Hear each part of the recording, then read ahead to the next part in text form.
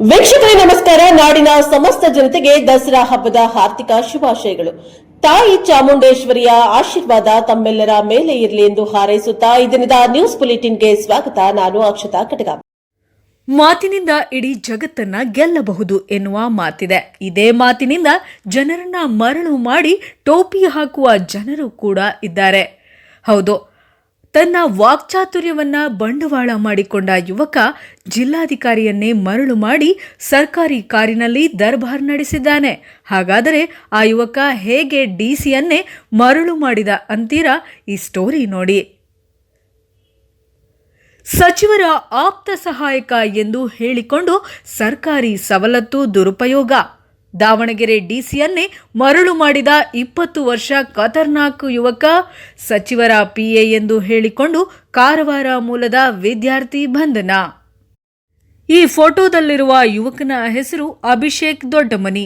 ಮೂಲತಃ ಕಾರವಾರದವನಾಗಿದ್ದು ಈತ ತನ್ನ ಪಾಡಿಗೆ ಓದಿಕೊಂಡು ಇದ್ದಿದ್ದರೆ ಇಂದು ಜೈಲಿಗೆ ಸೇರುವ ಅವಶ್ಯಕತೆ ಬರ್ತಾ ಇರಲಿಲ್ಲ. ಈತನ ಖತರ್ನಾಕ್ ಐಡಿಯಾದಿಂದ ಒಬ್ಬ ಐಎಎಸ್ ಅಧಿಕಾರಿಯೇ ಮರಳಾಗುವಂತೆ ಮಾಡಿದ್ದಾನೆ. ಹೌದು, ದಾವಣಗೆರೆ ಜಿಲ್ಲಾಧಿಕಾರಿ ಗಂಗಾಧರ ಸ್ವಾಮೀಜಿಗೆ ಫೋನ್ ಮಾಡಿ ನಾನು ನಗರ ಅಭಿವೃದ್ಧಿ ಸಚಿವರಾದ ಬೈರತಿ ಸುರೇಶ್ ಅವರ ಆಪ್ತ ಸಹಾಯಕ ಎಂದು ಹೇಳಿದ್ದಾನೆ. ಆತ ಫೋನ್ ಮಾಡಿದ್ದಾಗ 12 ಕಲರ್ನಲ್ಲಿ ಸರ್ಕಾರಿ ಲೋಗೋ ಬಂದಿದ್ದು ಜಿಲ್ಲಾಧಿಕಾರಿಗಳನ್ನು ಆಕಾಶ್ ಸಚಿವರ ಪಿಎ ಇರಬೇಕೆಂದು ಡಿಸಿ ನಂಬಿದ್ದಾರೆ. ರೂಮಿನ ವ್ಯವಸ್ಥೆ ಮಾಡಿಸಿದ್ದಾರೆ. ನಾನು ಬೆಳಗಾವಿಗೆ ತೆರಳಬೇಕಾಗಿದೆ, ನನಗೆ ಒಂದು ಕಾರಿನ ವ್ಯವಸ್ಥೆ ಮಾಡುವಂತೆ ಸೂಚಿಸಿದ್ದನು. ಅಂದರೆ ಜಿಲ್ಲಾಧಿಕಾರಿ ಅವರು ಸೂಚಿಸದೆ ಸಕಲ ಸೌಲಭ್ಯ ಮಾಡಿಕೊಟ್ಟಿದ್ದ ಆರೋಪಿ ಅಭಿಷೇಕ್ ದೊಡ್ಡಮನಿಗೆ ಸರ್ಕಾರಿ ಕಾರು ವ್ಯವಸ್ಥೆ ಮಾಡಿದ್ದಾರೆ. ಇನ್ನು ಈ ಯುವಕ ದಾವಣಗೆರೆಯಿಂದ ಬೆಳಗಾವಿಗೆ ಹೋಗಿ ಐಸ್ ಕ್ರೀಂ ಇನ್ನಿತರ ಭಾಗದಲ್ಲಿ ಪ್ರಯಾಣಿಸಿ ಮರಳಿ ದಾವಣಗೆರೆಗೆ ಆಗಮಿಸಿದ್ದಾನೆ. ಇನ್ನೇನು ಬೆಂಗಳೂರಿಗೆ ಹೋಗಬೇಕು ಎನ್ನುವಷ್ಟರಲ್ಲಿ ಆತ ಮಾಡಿದ ಈ ಎಲ್ಲ ಖತರ್ನಾಕ್ ಐಡಿಯಾಗಳು ಫೇಲ್ ಆಗಿದ್ದು ಪೊಲೀಸರಿಗೆ ಸಿಕ್ಕಾಕಿಕೊಂಡಿದ್ದಾನೆ. ಇನ್ನು ನಾನು ಸಚಿವರ ಆಪ್ತ ಸಹಾಯಕ ಎಂದು ನಾಟಕವಾಡಿದ ಯುವಕನ ಸತ್ಯ ಬಹಿರಂಗವಾಗಿದ್ದೇ ಒಂದು ಹಾಸ್ಯಾಸ್ಪದ. ಹೌದು, ದಾವಣಗೆರೆ ಜಿಲ್ಲಾಧಿಕಾರಿಗಳ ಕಾರಿನಲ್ಲಿ ಬೆಳಗಾವಿ ಸೇರಿದಂತೆ ಹಲವು ಕಡೆ ಓಡಾಡಿದ ಅಭಿಷೇಕ್ ದಾವಣಗೆರೆಗೆ ಬಂದ ತಕ್ಷಣ ಕಾರು ತೆರೆದು ಕೆಎಸ್ಆರ್ಟಿಸಿ ಬಸ್ ಹತ್ತಿ ಬೆಂಗಳೂರಿಗೆ ಪ್ರಯಾಣ ಬೆಳೆಸಿದ್ದಾನೆ. ಜಿಲ್ಲಾಧಿಕಾರಿ ಕಾರಿನ ಚಾಲಕನಿಗೆ ಕರೆ ಮಾಡಿ ಅಭಿಷೇಕ್ ಬಗ್ಗೆ ವಿಚಾರಿಸಿದರು. ಇನ್ನು ಅಭಿಷೇಕ್ ಕಾರು ತೆರೆದು ಕೆಎಸ್ಆರ್ಟಿಸಿ ಬಸ್ನಲ್ಲಿ ತೆರಳಿದ್ದರೂ ಅನುಮಾನ ಹುಟ್ಟಿಕೊಂಡಿತು. ಬೆಂಗಳೂರಿಗೆ ಕಾರಿನಲ್ಲಿ ತೆರಳಬಹುದಿತ್ತು. ಅಷ್ಟಿದ್ದರೂ ಕೆಎಸ್ಆರ್ಟಿಸಿ ಬಸ್ನಲ್ಲಿ ಹೋಗಿದ್ದು ಏಕೆ ಎಂದು ಅನುಮಾನ ವ್ಯಕ್ತವಾಗಿ ಸಚಿವ ಬೈರತಿ ಸುರೇಶ್ ಅವರ ಕಚೇರಿಗೆ ಫೋನ್ ಮಾಡಿ ವಿಚಾರಿಸಿದ್ದಾರೆ. ಆ ಹೆಸರಿನವರು ಯಾರೂ ಇಲ್ಲಿ ಕೆಲಸ ಮಾಡುತ್ತಿಲ್ಲ ಎಂಬುದು ಗೊತ್ತಾಗಿದೆ. ಕೂಡಲೇ ಜಿಲ್ಲಾಧಿಕಾರಿಗಳು ಸರ್ಕಾರಿ ಸೌಲಭ್ಯಗಳನ್ನು ದುರುಪಯೋಗ ಪಡೆದಿದ್ದರ ಬಗ್ಗೆ ಆಪ್ತ ಸಹಾಯಕರ ಮೂಲಕ ಗಾಂಧಿನಗರ ಪೊಲೀಸ್ ಠಾಣೆಯಲ್ಲಿ ದೂರನ್ನ ದಾಖಲಿಸಿದರು. ವರದಿ ವೇದಮೂರ್ತಿ, ಪ್ರಜಾಪವರ್, ಬೆಂಗಳೂರು. ಕುರುಬ ಸಮುದಾಯ ಎಸ್ಟಿಗೆ ಸೇರ್ಪಡೆ ವಿರೋಧಿಸಿ ಉಪವಾಸ ಸತ್ಯಾಗ್ರಹ. ಎಸ್ಟಿಗೆ ಕುರುಬ ಸಮುದಾಯ ಸೇರಿಸುವುದನ್ನು ಕೈಬಿಡದಿದ್ರೆ ರಾಜ್ಯಾದ್ಯಂತ ಹೋರಾಟ.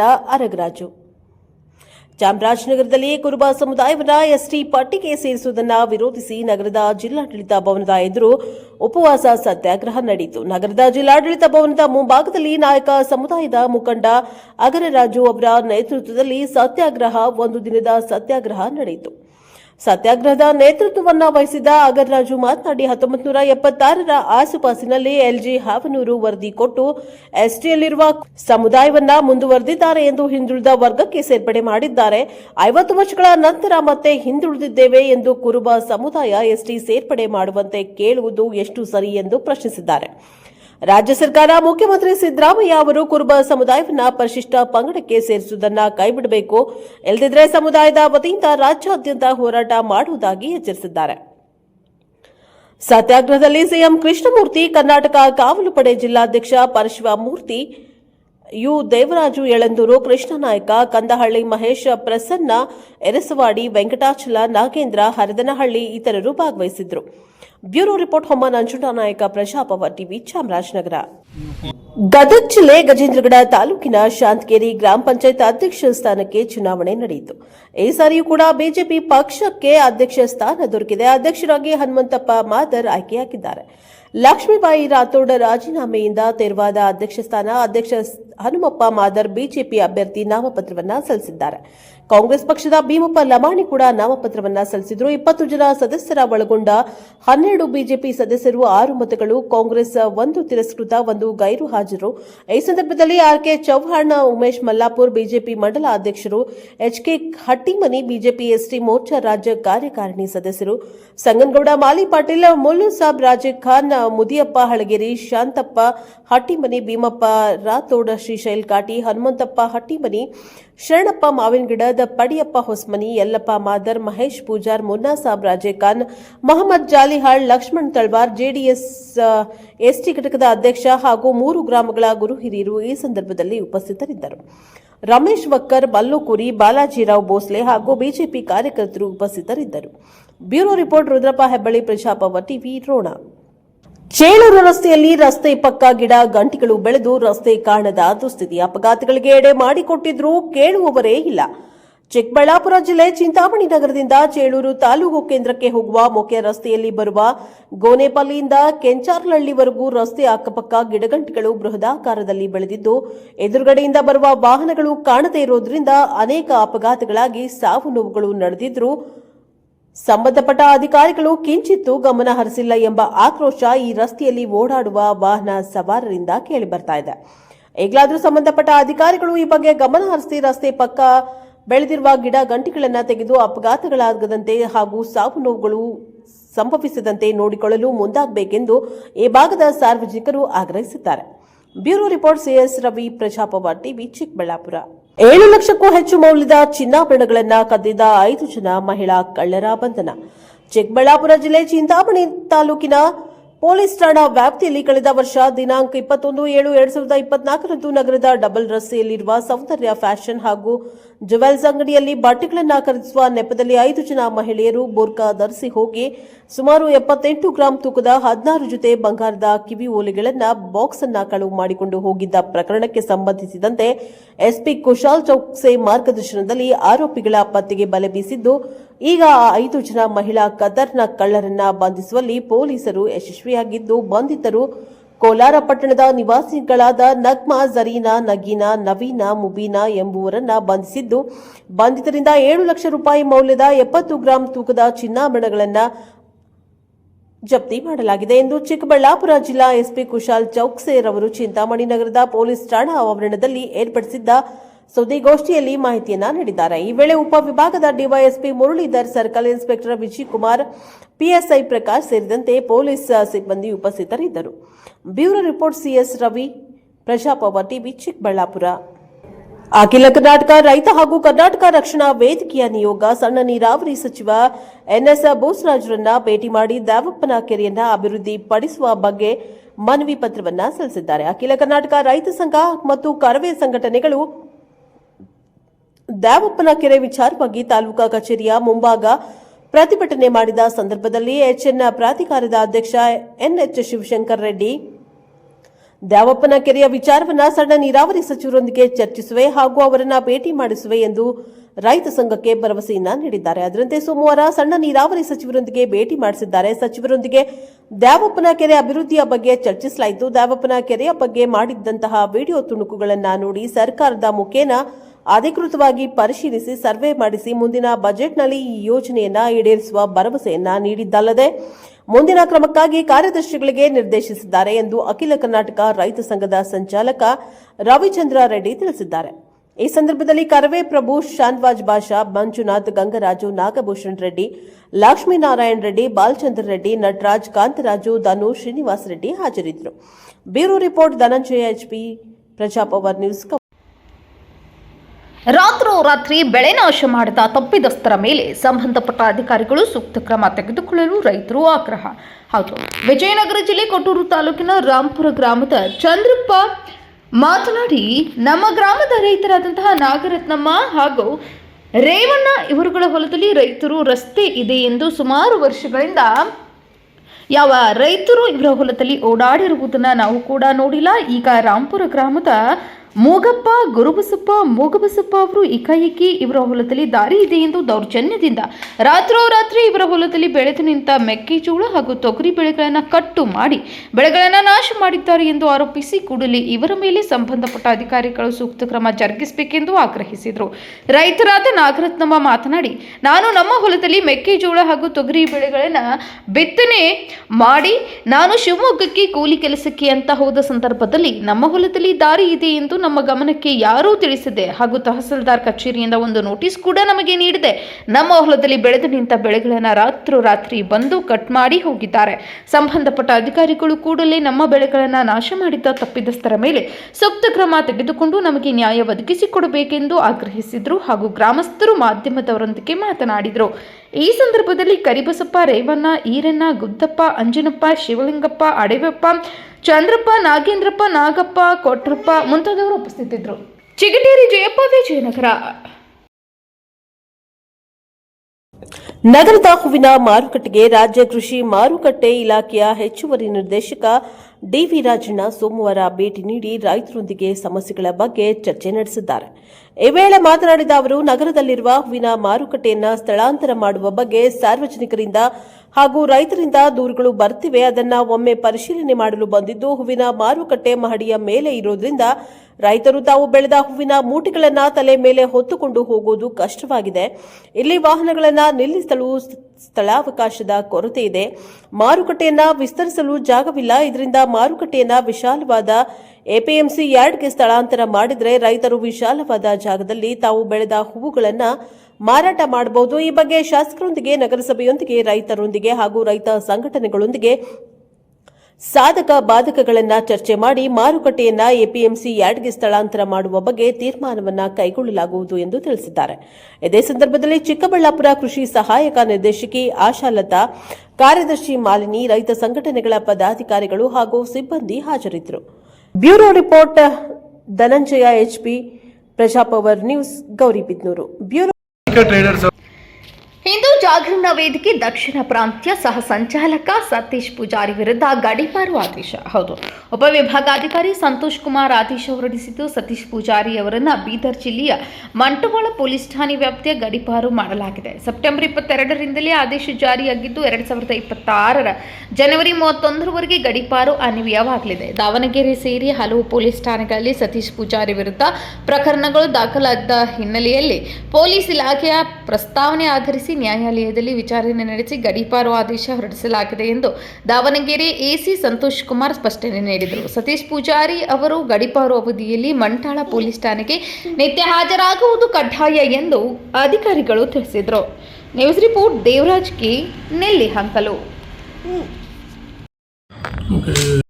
Kalaburagi breaking news. ಕಲಬುರಗಿ ಜಿಲ್ಲೆಯಲ್ಲಿ ಭೀಮಾ ಜೊತೆ ಕಾಗಿಣಾ ನದಿ ಆರ್ಭಟ ಸಹ ಬಲು ಜೋರು. ವಿಶ್ವಾರಾಧ್ಯ ತಪೋವನ ಮಠಕ್ಕೆ ಸಂಪೂರ್ಣ ಜಲಾವೃತ. ಮಠಕ್ಕೆ ನುಗ್ಗದ ಕಾಗಿಣಾ ನದಿ ನೀರು. ಇನ್ನು ಶಹಬಾದ್ ಇಂಗಳಗಿ ಮಧ್ಯೆ ಇರೋ ಸದ್ಗುರು ವಿಶ್ವಾರಾಧ್ಯ ತಪೋವನ ಪ್ರವಾಹದಲ್ಲಿ ಸಿಲುಕಿದ್ದ ಪೀಠಾಧಿಪತಿ ಶ್ರೀ ಶೇಖಪ್ಪರವರನ್ನ ರಕ್ಷಿಸಿದ ಗ್ರಾಮಸ್ಥರು. ಪ್ಲಾಸ್ಟಿಕ್ ಡ್ರಮ್ಗಳನ್ನೇ ದೋಣಿಯನ್ನಾಗಿ ಮಾಡಿ ಅದರ ಮೇಲೆ ಶ್ರೀ ಶೇಖಪ್ಪರವರನ್ನ ಕುಳಿಸಿಕೊಂಡು ಕರೆತಂದ ಗ್ರಾಮಸ್ಥರು. ತಪೋವನದ ಪ್ರವಾಹದಲ್ಲಿ ಶ್ರೀ ಶೇಖಪ್ಪರವರು ಸಿಲುಕಿದ್ದ ಬಗ್ಗೆ ಅಧಿಕಾರಿಗಳಿಗೆ ತಿಳಿಸಿದ ಗ್ರಾಮಸ್ಥರು. ಆದರೆ ನಮಗೆ ಬರುವುದಕ್ಕೆ ತಡವಾಗುತ್ತೆ ಎಂದಿದ್ದ ಅಧಿಕಾರಿಗಳು. ತಕ್ಷಣವೇ ಅಪಾಯ ಅರಿತ ಗ್ರಾಮಸ್ಥರಿಂದಲೇ ಮಠದಲ್ಲಿ ಸಿಲುಕಿದ್ದ ಶ್ರೀ ಶೇಖಪ್ಪರವರನ್ನ ರಕ್ಷಿಸಿ ಊರಿಗೆ ಕರೆತಂದ ಜನರು. ಮೈಸೂರು ದಸರಾ ಫಲಪುಷ್ಪ ಪ್ರದರ್ಶನ 2025. ಮೈಸೂರಿನ ಕುಪ್ಪಣ್ಣ ಪಾರ್ಕಿನಲ್ಲಿರುವ ದಸರಾ ಫಲಪುಷ್ಪ ಪ್ರದರ್ಶನಕ್ಕೆ 3 ದಿನ ಬಾಕಿ ಇರುವುದರಿಂದ ನಾಡಿನಾದ್ಯಂತ ಹರಿದು ಬರುತ್ತಿರುವಂತಹ ಜನಸಾಗರ. ಫಲಪುಷ್ಪ ಪ್ರದರ್ಶನದಲ್ಲಿ ಗಮನ ಸೆಳೆದ ಪ್ರತಿಷ್ಠಿತ ಜೆಕೆ ಟೈರ್ ಸಂಸ್ಥೆ. ಉಲ್ಲಾಸ್ ಅಗರಬತ್ತಿಯ ಶ್ರೀ ಸರಸ್ವತಿಯ ಭಾವಚಿತ್ರ, ದಸರಾ ಅಂಬಾರಿ ಹೊತ್ತ ಅಭಿಮನ್ಯು, ಗಾಜಿನ ಅರಮನೆಯಲ್ಲಿ ಗಾಂಧಿ ಭಾವಚಿತ್ರ ಹಾಗೂ ಇನ್ನು ಅನೇಕ ಬಗೆ ಬಗೆಯ ಫಲಪುಷ್ಪಗಳಿಂದ ಸಿಂಗಾರಗೊಂಡ ಭಾವಚಿತ್ರಗಳು ಮನಸೂರೆಗೊಂಡಿತು. ಪ್ರವಾಸಿಗರು ತಮ್ಮ ಮೊಬೈಲ್ನಲ್ಲಿ ಭಾವಚಿತ್ರಗಳನ್ನು ಸೆರೆ ಹಿಡಿಯುತ್ತಿದ್ದರು ಹಾಗೂ ಆಹಾರ ಮೇಳದ ಯೋಜನೆಯೂ ಕೂಡ ಮಾಡಲಾಗಿತ್ತು. ವರದಿ ಟಿಎಸ್ ಶಶಿಕಾಂತ್, ಪ್ರಜಾ ಪವರ್ ನ್ಯೂಸ್, ಮೈಸೂರು. ಹುಳಿಮಾವು ಶ್ರೀ ರಾಮಲಿಂಗೇಶ್ವರ ಗುಹಾಂತರ ದೇವಾಲಯದ ಆವರಣದಲ್ಲಿ ಸೌತ್ ಬೆಂಗಳೂರು ಕಲ್ಚರಲ್ ಅಸೋಸಿಯೇಷನ್ ವತಿಯಿಂದ ಆಯೋಜಿಸಿದ್ದ 2025ರ ದಸರಾ ಹಬ್ಬದ ವಿಶೇಷ ದುರ್ಗಾ ಪೂಜೆ ಕಾರ್ಯಕ್ರಮದಲ್ಲಿ ಪಾಲ್ಗೊಳ್ಳಲಾಯಿತು. ಈ ಸಂದರ್ಭದಲ್ಲಿ ಬೊಮ್ಮನಹಳ್ಳಿ ಬ್ಲಾಕ್ ಅಧ್ಯಕ್ಷರಾದ ಜಿಟಿಆರ್ ಮಧುರ್ ಅವರು ಮತ್ತು ಡಿಸಿಸಿ ಸದಸ್ಯರಾದ ಅರಕೆರೆ ಲೋಕೇಶ್ ರೆಡ್ಡಿ ಇವರು ಮತ್ತು ಬೊಮ್ಮನಹಳ್ಳಿ ಬ್ಲಾಕ್ ಯುವ ಕಾಂಗ್ರೆಸ್ ಸಮಿತಿಯ ಅಧ್ಯಕ್ಷರಾದ ಮಿಥುನ್ ಗೌಡರವರು ಹಾಗೂ ಯುವ ಮುಖಂಡರಾದ ಕಿಚ್ಚಿ ಕೃಷ್ಣಪ್ಪರವರು, ರಾಜಶೇಖರ್ ಅವರು, ಸುರೇಶ್ ಮತ್ತು ಸಾರಥಿರವರು, ಅಂಕಿತ್ ಗೌಡ ಹಾಗೂ ಮಂಜೂರವರು, ನಾಗೇಂದ್ರ ಇವರು ಹಾಗೂ ಇತರೆ ಭಕ್ತಾದಿಗಳು ಪಾಲ್ಗೊಂಡಿದ್ದರು. ಆಲ್ಟೋರ್ ಆಸ್ಪತ್ರೆ ವತಿಯಿಂದ ವಿಶ್ವ ಹೃದಯ ದಿನದ ಅಂಗವಾಗಿ ಕೆಆರ್ಪುರದಲ್ಲಿ ಮೆಗಾ ಕಾರ್ಡಿಯಾಕ್ ಕ್ಯಾಂಪ್ ಆಲ್ಟೋರ್ ಹಾರ್ಟ್ ಬೀಟ್ ವಾಕ್ಥಾನ್ ಹಮ್ಮಿಕೊಳ್ಳಲಾಗಿತ್ತು. ಆಸ್ಪತ್ರೆಯ ಮುಖ್ಯಸ್ಥ ಡಾಕ್ಟರ್ ಲವಿನ್ ಗೌಡ ಮಾತನಾಡಿ, ಹೃದಯ ಸಂಬಂಧಿ ಕಾಯಿಲೆ ಇತ್ತೀಚಿನ ದಿನಗಳಲ್ಲಿ ಹೆಚ್ಚಾಗುತ್ತಿದ್ದು, ಪ್ರತಿಯೊಬ್ಬರೂ ನಡೆಯುವುದನ್ನು ಅಭ್ಯಾಸ ಮಾಡಿಕೊಳ್ಳಿ. ನಡೆಯುವುದರಿಂದ ಹೃದಯ ಸಂಬಂಧಿ ಕಾಯಿಲೆಗಳನ್ನು ದೂರ ಇಡಬಹುದು. ಆಸ್ಪತ್ರೆಯಲ್ಲಿ ಉಚಿತ ಪರೀಕ್ಷೆ ಮಾಡುತ್ತಿದ್ದು, ಇದರ ಸದುಪಯೋಗ ಪಡೆದುಕೊಳ್ಳಬೇಕು ಎಂದು ಹೇಳಿದರು. ಆಲ್ಟೋರ್ ಆಸ್ಪತ್ರೆಯಲ್ಲಿ ಕಡಿಮೆ ಹಣದಲ್ಲಿ ಸೇವೆಗಳು ನೀಡುತ್ತಿದ್ದು, ಇದರ ಉಪಯೋಗ ಪಡೆದುಕೊಳ್ಳಿ ಎಂದು ತಿಳಿಸಿದರು. ಈ ಸಂದರ್ಭದಲ್ಲಿ ಡಾಕ್ಟರ್ ವಿನಾಯಕ್ ಆಲೂರು, ಹರಿಣಿ ಉಪಸ್ಥಿತರಿದ್ದರು. ಸಿಎಂ ಸಿದ್ದರಾಮಯ್ಯನವರೇ, ಆಹಾರ ಇಲಾಖೆ ಸಚಿವರೇ, ನೀವು ನೋಡಲೇಬೇಕಾದಂತಹ ಸ್ಟೋರಿ ಇದು. ಅನ್ನಭಾಗ್ಯ ಯೋಜನೆ ಅಕ್ಕಿ ಪಡೆಯಬೇಕಾದ್ರೆ ಬಡವರು ಹಣ ಕೊಡಲೇಬೇಕು. ಪ್ರತಿ ಕಾರ್ಡ್ಗೆ 10 ರಿಂದ 20 ರೂಪಾಯಿ ನಿಗದಿ ಮಾಡಿ ವಿತರಣೆ ಮಾಡುವಂತಹ ಸೊಸೈಟಿ ಇದು. ಗದಗ ಜಿಲ್ಲೆ ಮುಂಡರಗಿ ತಾಲೂಕಿನ ಜಾಲವಾಡಗಿ ಗ್ರಾಮದಲ್ಲಿ ಒಂದು ಘಟನೆ ನಡೆದಿದೆ. ಬಾಗೇವಾಡಿಯ ಸೊಸೈಟಿ ಮೂಲಕ ಜ್ವಾಲಡಗಿ ಗ್ರಾಮದಲ್ಲಿ ರೇಷನ್ ವಿತರಣೆಯನ್ನ ಮಾಡಲಾಗ್ತಾ ಇತ್ತು. ಗ್ರಾಮದ ಪ್ರತಿ ಬಿಪಿಎಲ್ ಕಾರ್ಡ್ ಫಲಾನುಭವಿಗಳಿಂದ 10 ರಿಂದ 20 ರೂಪಾಯಿ ವಸೂಲಿಯನ್ನ ಮಾಡುವಂತಹ ಆರೋಪ ಈಗ ಕೇಳಿ ಬರ್ತಾ ಇದೆ. ಸೊಸೈಟಿಯವರು ಹಣ ವಸೂಲಿ ವಿಡಿಯೋ ಮಾಡಿದಂತಹ ಫಲಾನುಭವಿಗಳು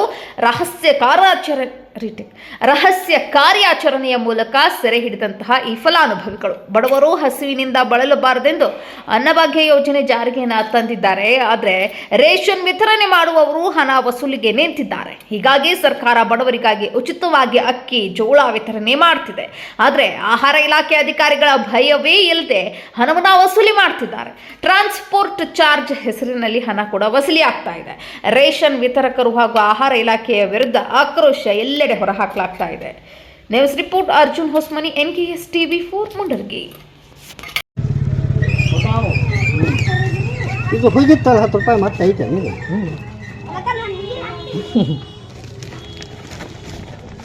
ಅವತ್ತು ಮಾಡಿ. ಗದಗ ಜಿಲ್ಲೆ ರೋಣ ತಾಲೂಕಿನ ಸವಡಿ ಗ್ರಾಮದ ಸಂಗಮೇಶ್ವರ ಪ್ರೌಢಶಾಲೆ ಕೊಠಡಿ ನಿರ್ಮಾಣಕ್ಕೆ ಶ್ರೀ ಕ್ಷೇತ್ರ ಧರ್ಮಸ್ಥಳ ಗ್ರಾಮೀಣಾಭಿವೃದ್ಧಿ ಯೋಜನೆ ರಿಜಿಸ್ಟರ್ಡ್ ಬಿಸಿ ಟ್ರಸ್ಟ್ ರೋಣ ಇವರ ವತಿಯಿಂದ 1 ಲಕ್ಷ ಚೆಕ್ ಡಿಡಿಯನ್ನು ರೋಣ ಯೋಜನಾ ಅಧಿಕಾರಿಗಳಾದ ಮಹಾಬಲೇಶ್ವರ ಪಟಗಾರ ಅವರು ಶಾಲಾ ಕಮಿಟಿಯವರಿಗೆ ಕೊಟ್ಟರು. ಧರ್ಮಸ್ಥಳ ಧರ್ಮಾಧಿಕಾರಿಗಳಾದ ಡಾಕ್ಟರ್ ಡಿ ವೀರೇಂದ್ರ ಹೆಗ್ಗಡಿಯವರು ಶಾಲಾ ಕೊಠಡಿ ನಿರ್ಮಾಣ ಮಾಡಲು ಪೂಜ್ಯರು 1 ಲಕ್ಷ ರೂಪಾಯಿ ಮಂಜೂರು ನೀಡಿದ್ದು, ಅದನ್ನು ಮಾನ್ಯ ಯೋಜನಾಧಿಕಾರಿಗಳು, ವಲಯದ ಮೇಲ್ವಿಚಾರಕರು, ಗ್ರಾಮ ಪಂಚಾಯಿತಿ ಸದಸ್ಯರು ಮೇಘರಾಜ ಬಾವಿ ಮತ್ತು ಗ್ರಾಮ ಪಂಚಾಯಿತಿ ಉಪಾಧ್ಯಕ್ಷರಾದ ಶ್ರೀಮತಿ ಬಾಬಿಜಾನ್ ತರಫದಾರ ಇವರ ಸಮ್ಮುಖದಲ್ಲಿ 1 ಲಕ್ಷ ರೂಪಾಯಿ ಡಿಡಿಯನ್ನು ಸಂಗಮೇಶ್ವರ ಪ್ರೌಢಶಾಲೆಯ ಕಮಿಟಿಯ ಸದಸ್ಯರಿಗೆ ಹಸ್ತಾಂತರ ಮಾಡಲಾಯಿತು. ವರದಿ ರುದ್ರಪ್ಪ ಹೆಬ್ಬಳ್ಳಿ, ರೋಣ, ಪ್ರಜಾ ಪವರ್ ನ್ಯೂಸ್, ಗದಗ್. ಕಂಪ್ಲಿ ಸರ್ಕಾರಿ ಸಮುದಾಯ ಆರೋಗ್ಯ ಕೇಂದ್ರದಲ್ಲಿ ವೈದ್ಯರ ನಿರ್ಲಕ್ಷ್ಯದಿಂದ ತಾಯಿ ಮಗು ಸಾವು.